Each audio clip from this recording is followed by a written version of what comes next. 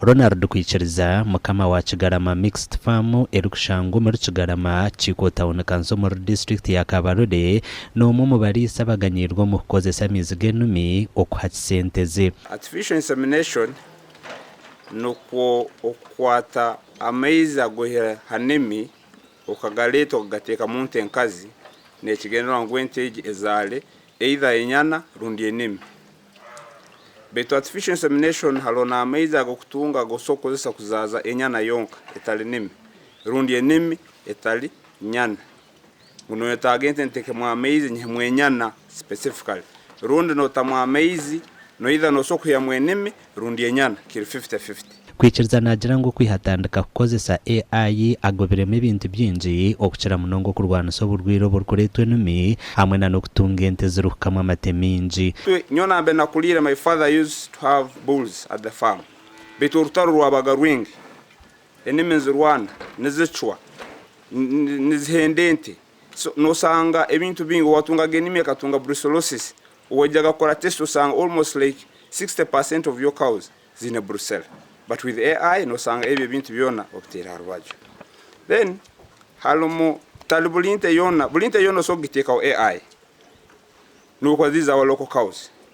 For example, these cows started with our local cows. Ito hano murutoro tuzeta entoro ubugenda nkole mbazete nyankore waza bugana mbazete nganda buryo mu bulinte nagikora kana personalizing. But me here started with our entoro cows, local cows. Nashobora ngo muri sakuza kutandika kukozesa AI ashemerire kubanza yagire biyakora. One nyenda kwa advising abalisa bagenzi bange abayinekeroto nke cyange cyokosa AI afamu. Bataraba mu nsobye zange zinakozere from class and they went to look for AI. Bene kubanza bakatunga the technical advice, especially omuntu wakweta the AI technician. Then omuntu wakabiba semekusera is the nutritionist. Habukuba eze ensongi ibiri abantu bane cyo kujya kuyamba the AI technician cyo kujya kubanza kuyamba izi kugambera ente yawe no gitekana zoto okura bagisteka mu bisoto ekim ekyakabine jya kwegesa ente no gemanyirota ngwati ente eno ekira lengo ro giteka mu bisoto.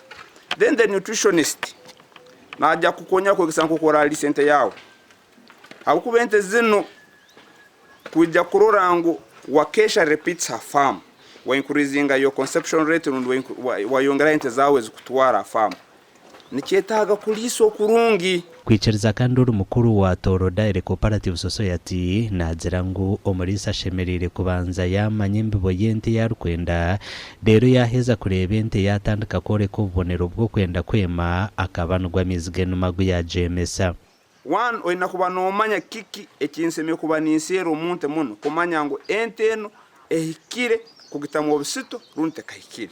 Halo hebiri general ebatwegeseze ba technical people na mono aba URAS ebatwegeseze okurora ente ngu eri tetekein ter settled ne gamba ne gurukireji ne nirukiruka ne genda kuli ne kwata kuno hatente okurora ente atankureta senses kwisana zetu no tanko ba suspicious gambe ente eno eriyo ne ntaga kutega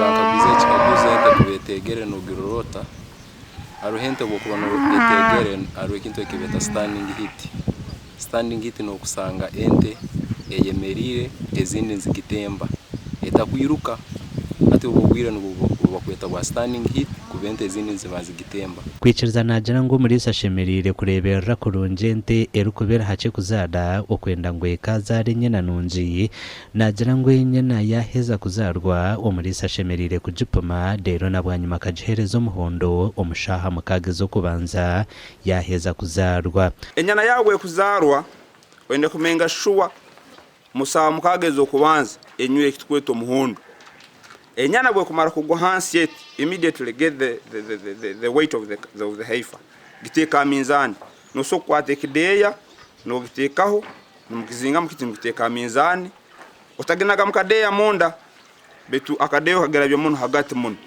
ogiteka minzani umanye kilozinga zenyana abokuba feeding yente actually no tura feeding yente yon it goes with the weight of the cow.